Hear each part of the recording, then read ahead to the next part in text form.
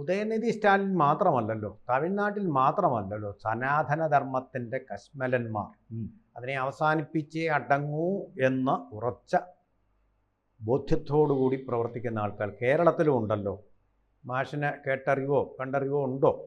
നമ്മളിപ്പോൾ ചർച്ച ചെയ്യുന്ന അബ്ജോദ് വർഗീസിനെ കുറിച്ചാണെങ്കിൽ സാറിൻ്റെ ചോദ്യം ശരിയാണ്.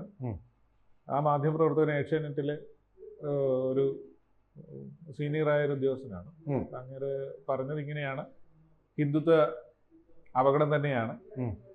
ഞാനിനി ഈ ക്രിസ്മസിനെതിരെ പലരും ആക്രമണം നടത്തിയതിനെ സംഘപരിവാറുമായിട്ട് കണക്ട് ചെയ്തുകൊണ്ടാണ് അദ്ദേഹം സംസാരിച്ചത്. ഞാനിനി ക്രിസ്തുമസ് ആഘോഷിക്കും, എനിക്ക് മതമില്ലാത്തയാളാണ്. ന്യൂ ഇയർ ആഘോഷിക്കും, വലിയ പെരുന്നാൾ ആഘോഷിക്കും, ചെറിയ പെരുന്നാൾ ആഘോഷിക്കും. ദേശീയ ഉത്സവത്തെക്കുറിച്ച് അദ്ദേഹം മനഃപൂർവ്വം പറയാൻ വിട്ടുപോയതാണ് ഓണം. അത് ആഘോഷിക്കില്ല, അതിന് ഹിന്ദുത്വയുടെ ഭാഗമാണെന്ന് കരുതുന്നതുകൊണ്ടാണോ എന്നറിഞ്ഞുകൂടെ അദ്ദേഹം പറയുകയുണ്ടായി. അപ്പോൾ ഞാൻ അദ്ദേഹത്തെ വളരെ ദീർഘനാളുകളായിട്ട് ശ്രദ്ധിക്കുന്ന ഒരാളാണ്. ആ ചാനലിൽ പണ്ട് ഇടതുപക്ഷത്തിന്റെ സ്വാധീനം വളരെ പ്രകടമായിരുന്നു. പിന്നെ അങ്ങനെയാണ് ആ ചാനൽ വന്നത് തന്നെ. റഷ്യക്കാരുടെ ഒരു ട്രാൻസ്പോണ്ടർ സൗജന്യ വിലയ്ക്ക് എടുത്തിട്ട് ഞങ്ങൾ കേരളത്തിൽ കമ്മ്യൂണിസം പ്രചരിപ്പിക്കാനാണെന്ന് പറഞ്ഞാ വന്നത്. ഇപ്പൊ കമ്മ്യൂണിസത്തിന്റെ ശത്രു സംഹാരമാണ് ആ ചാനൽ. അല്ല, അത് ഈ ഒരു ട്രാൻസ്ഫോർമേഷനാണ്. സാറ് പറഞ്ഞത് ശരിയാണ്. നായനാരെ മുഖ്യമന്ത്രി ആയിരുന്ന സമയത്ത് അദ്ദേഹത്തെ കൊണ്ട് ചോദ്യോത്തര വേളയൊക്കെ നടത്തിയത് വളരെ മാതൃകാപരമാകുന്ന ഒരു കാര്യമാണ്. ശശികുമാർ വന്നിരുന്നാണ് കമ്മ്യൂണിസം കേരളത്തെ പഠിപ്പിച്ചുകൊണ്ടിരുന്നത്. അതെ. അപ്പൊ ഇതിന്റെ ഈ പിന്നിൽ നിൽക്കുന്ന മിക്കവാറും ആൾക്കാർ കമ്മ്യൂണിസ്റ്റ് സഹചാരികളാണ്. ഓക്കെ, അത് അവരുടെ സ്വാതന്ത്ര്യമാണ്, നല്ലതാണ്. ഒരു ഇടതുപക്ഷ സമീപനം എന്ന് പറയുന്നത് ഒരു വിപ്ലവകരമായ ഒരു ചിന്താഗതിയാണ്. നടക്കാതിരിക്കട്ടെ, അതിലൊന്നും ആർക്കും എതിർപ്പില്ല. പക്ഷെ രാഷ്ട്രീയമാകും, അത് വ്യക്തിപരമാകണം.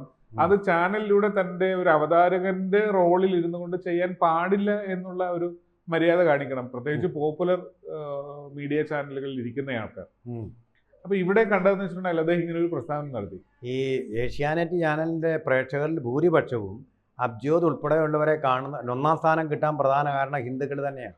ഇവിടുത്തെ സനാതനധർമ്മത്തിൽ വിശ്വസിക്കുന്ന ആൾക്കാർ തന്നെയാണ്. തലമറന്ന് എണ്ണ തേക്കരുത് അബ്ജോദുമാർ.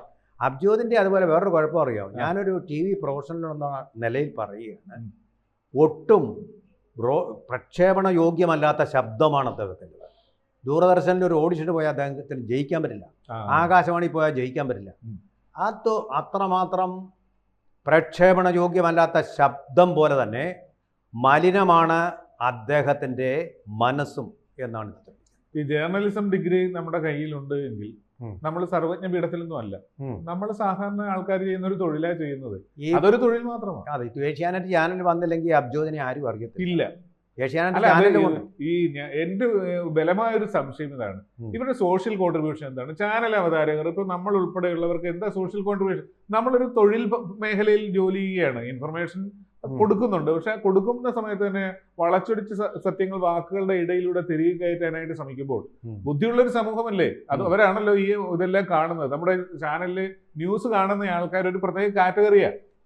ഞാനൊരു കാര്യം പറയാം, അബ്ജോദുമാർ പലരുണ്ട്. ആ അബ്ജോദിമാരോട് ഒന്നേ പറഞ്ഞു, തോളത്തിരുന്നും കൊണ്ട് ചെവി കടിച്ചു പറിക്കുക, ഇത്രേ പറയാൻ. അതെ, പക്ഷെ അവർക്കത് മനസ്സിലാകുന്നില്ല. അവരുടെ ധാരണ എന്ന് വെച്ചിട്ടുണ്ടെങ്കിൽ ഇങ്ങനെ ഹിന്ദു വിരോധം പറഞ്ഞാൽ വലിയ മാർക്കറ്റ് കിട്ടുമെന്നുള്ളതാണ്. ആക്ച്വലി ഹിന്ദു വിരോധം പറയുന്നതോറും ഹിന്ദുക്കൾക്ക് വർഗീയത കൂടും. നമ്മളെപ്പോഴും മനസ്സിലാക്കേണ്ട ഒരു കാര്യം, ജൂതന്മാരെ കൊല്ലാനായിട്ട് ഹിറ്റ്ലറും ലോകത്തുള്ള എല്ലാവരും ശ്രമിച്ചിട്ടും അത് നടന്നില്ല. അവർ ഏറ്റവും സുശക്തമായ ഒരു രാഷ്ട്രം സ്ഥാപിച്ചു. എന്നതുപോലെ ഇന്ത്യയിലെ ഏറ്റവും കൂടുതൽ ഹൈന്ദവതയെ RSSന്റെ പേരിട്ട് എതിർക്കുന്നത് കേരളത്തിലാണ്. കേരളത്തിലാണ് RSSന് ഏറ്റവും കൂടുതൽ ശാഖകളുള്ളത്. നമ്മൾ അതാണ് മനസ്സിലാക്കേണ്ടത്. ഇപ്പോ ചാനൽ അവതാരകർക്ക് പല സന്ദർഭങ്ങളിലും അവരുടെ ചെമ്പ് തെളിയുന്ന അവസ്ഥ വന്നിട്ടുണ്ട്.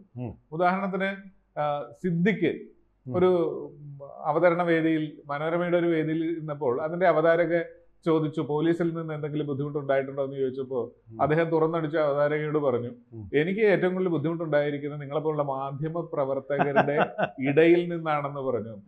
അങ്ങനെ പറയേണ്ടി വരുന്ന ഒരു സാഹചര്യം ഒഴിവാക്കണം. അതുപോലെ ശ്രീ ദിലീപ്, ഒരു ചാനൽ അവതാരകൻ, പിന്നെ പുല്ലാങ്കുടിൽ വായിക്കുന്ന വായനയാണ് ഈ കാണിക്കുന്നത്, ഊത്താണ് എന്ന രീതിയിലൊക്കെ പറഞ്ഞ് നമ്മൾ കേട്ടു. കാരണം ഇവിടെ ഒരു പ്രത്യേകതയുണ്ട്. നമ്മളെ സംബന്ധിച്ചിടത്തോളം കേരളത്തിൽ രാഷ്ട്രീയ മലയാളിക്ക് തമിഴിന് എങ്ങനെയാണോ സിനിമ, അതേപോലെ തന്നെ അവന്റെ സിരകളിലുള്ള ഒരു സാധനമാണ്. കുറേയേറെ അടിമത്തവും അന്ധതയും ഒക്കെ അതിലുണ്ട്. പക്ഷെ ഈ അടിമത്തവും അന്ധതയായിട്ട് പോകുമ്പോഴും ഇവന് സ്വന്തമായിട്ടൊരു തലച്ചോറുള്ളവനാ, അവന് ചിന്തിക്കാനുള്ള കഴിവുണ്ട്. പല സന്ദർഭങ്ങളിൽ നുണകൾ ഇങ്ങനെ ആവർത്തിക്കുമ്പോൾ ഇതൊരു നുണയല്ലേ എന്ന് എപ്പോഴെങ്കിലും അവൻ ചിന്തിച്ചു പോകുന്നത് ഇത് ആവർത്തിക്കുന്നത് കൊണ്ടാണ്. അപ്പൊ ചാനൽ അവതാരകർക്ക് രാഷ്ട്രീയം കുത്തിക്കയറ്റുമ്പോൾ അവർക്ക് ഈ ഒരു വിഭാഗം പ്രേക്ഷകരുടെ ഒരുപക്ഷെ പ്രീതി കിട്ടിയേക്കാം. പക്ഷെ ബഹുഭൂരിപക്ഷം പ്രേക്ഷകര് ഇതേ കാര്യത്തിന്റെ സത്യസന്ധമായ കാഴ്ചപ്പാട് അറിയാവുന്നവരായിരിക്കും, അല്ലെങ്കിൽ ഈ അവതാരകരുടെ പൊള്ളത്തരം തിരിച്ചറിയാൻ ശേഷിയുള്ളവരായിരിക്കും. അങ്ങനെയുള്ളവരുടെ മുമ്പിൽ അവതാരക കുപ്പായമിട്ട് ഇരിക്കുന്ന ആൾക്കാരെ സംബന്ധിച്ചിടത്തോളം അതിന് ഏറ്റവും നല്ല ഉദാഹരണം എന്ന് പറയുന്നത് അവരുടെ ജനങ്ങൾ എങ്ങനെ കാണുന്നു എന്നുള്ളതിന്റെ ഏറ്റവും നല്ല ഉദാഹരണമാണ് ശ്രീ നികേഷ് കുമാർ ഇലക്ഷനിൽ മത്സരിച്ചത്. അതെ, നികേഷ് കുമാർ ഇടതുപക്ഷത്തിന്റെ ബാനറിൽ ലേബലിൽ ഇലക്ഷനിൽ മത്സരിച്ചു, തോറ്റുപോയി. അതിശക്തമായ രാഷ്ട്രീയ പാരമ്പര്യമുള്ള MV രാഘവന്റെ പുത്രനാണ് അദ്ദേഹം. അദ്ദേഹത്തിന് നാണക്കേട് ഉണ്ടാക്കി ഇല്ലേ? പക്ഷേ അദ്ദേഹത്തിന്റെ രാഷ്ട്രീയം എന്തായിരുന്നു എന്നുള്ള ചാനലിലൂടെ അദ്ദേഹം അവതരിപ്പിച്ചപ്പോൾ അദ്ദേഹത്തിന്റെ അവതരണത്തിലല്ലല്ലോ ആൾക്കാർ വീണത്. അല്ല, അദ്ദേഹത്തിന് ഞാൻ ബഹുമാനിക്കുന്ന ഒരു സത്യസന്ധതയുണ്ട്. അദ്ദേഹം പറഞ്ഞു ഞാൻ കമ്മ്യൂണിസ്റ്റ് ആണ്, കമ്മ്യൂണിസ്റ്റ് സത്യസന്ധമായിട്ട് പറഞ്ഞു. ഇതാ സത്യസന്ധത ഇല്ല. ഇവർ മുഖംമൂടിയാണ് ധരിച്ചിരിക്കുന്നത്, ഇവര് ഹിന്ദു വിരുദ്ധത, അതാണ് അവരുടെ. അതുമില്ല, ഇവർ അതൊക്കെ മുഖംമൂടിക്ക് പിന്നിൽ ഇതൊക്കെയാണ്. പക്ഷേ ഞാനൊരു കാര്യം പറയാം. ഇയാളെന്തോ പിന്നെ പള്ളിപ്പെരുന്നാളിന് മുമ്പ് മറ്റേതിന് ക്രിസ്മസിന് മുമ്പ് ഇയാൾ എന്തിനു പോയാൽ ഞങ്ങൾക്ക് എന്തോ, ഇയാൾ ആരുവാ? താൻ ആരുവാ? ഇതാണ് ഞാൻ ചോദിക്കുന്നത്. താൻ ആരാ? സെലിബ്രിറ്റിയോ? ദിലീപിനെ പോലെ ഒരു സെലിബ്രിറ്റി ആണെങ്കിൽ പോലും നമുക്ക് സമ്മതിക്കാമായിരുന്നു. ഇയാൾ അതിനകത്ത് വന്ന് അവതരിക്കുന്ന ആളെന്ന് പറയുന്നത് മറ്റേ ഏതൊരാളും ഒരു തൂമ്പാ പണി ചെയ്യുന്ന പോലെയും ക്ലറിക്കൽ പണി ചെയ്യുന്ന പോലെയുള്ളൂ. അത്രേ ഉള്ളൂ. തന്നെക്കാൾ യോഗ്യമായിട്ട് മറ്റൊരാളെ അവിടെ വെച്ചിരുന്നെങ്കിൽ തന്നെക്കാൾ യോഗ്യമായിട്ട് അത് ചെയ്യും. അത്രേ ഉള്ളൂ.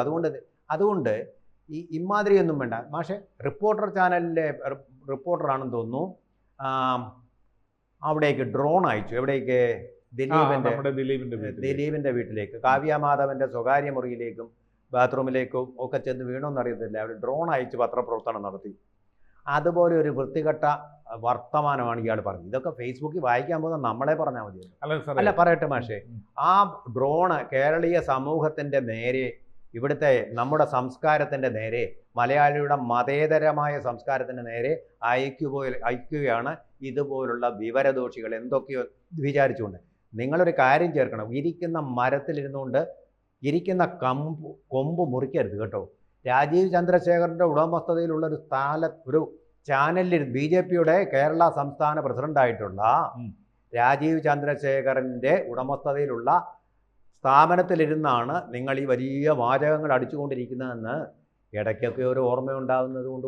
അത് അദ്ദേഹത്തിന്റെ ചാനലായതുകൊണ്ടല്ലേ അദ്ദേഹം ഇത്രയും സ്വാതന്ത്ര്യം കൊടുക്കുന്നത്. അതുകൂടെ ഒന്ന് ചിന്തിക്കണം. ഒപ്പം ഈ നമ്മുടെ സമൂഹത്തിൽ രാഷ്ട്രീയക്കാർ ആവശ്യത്തിന് ഭിന്നിപ്പ് ഉണ്ടാക്കുന്നുണ്ട്, ആവശ്യത്തിൽ ഏറെ ഉണ്ടാക്കിയവരെന്ത് നേട്ടം ഉണ്ടാകുന്നുണ്ട്.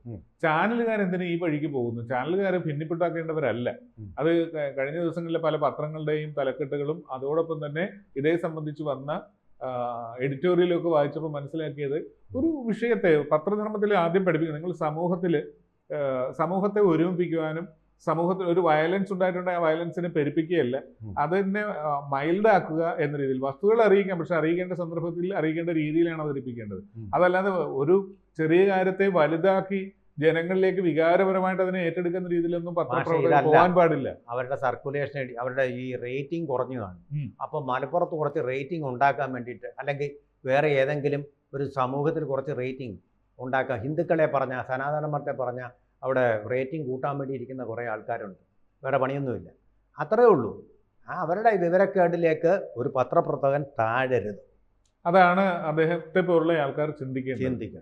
കൂടുതൽ വാർത്തകളും വിശേഷങ്ങളും നിങ്ങളിലേക്ക് എത്താൻ ABC മലയാളം സബ്സ്ക്രൈബ് ചെയ്യുക, ബെൽ ബട്ടണും അമർത്തുക.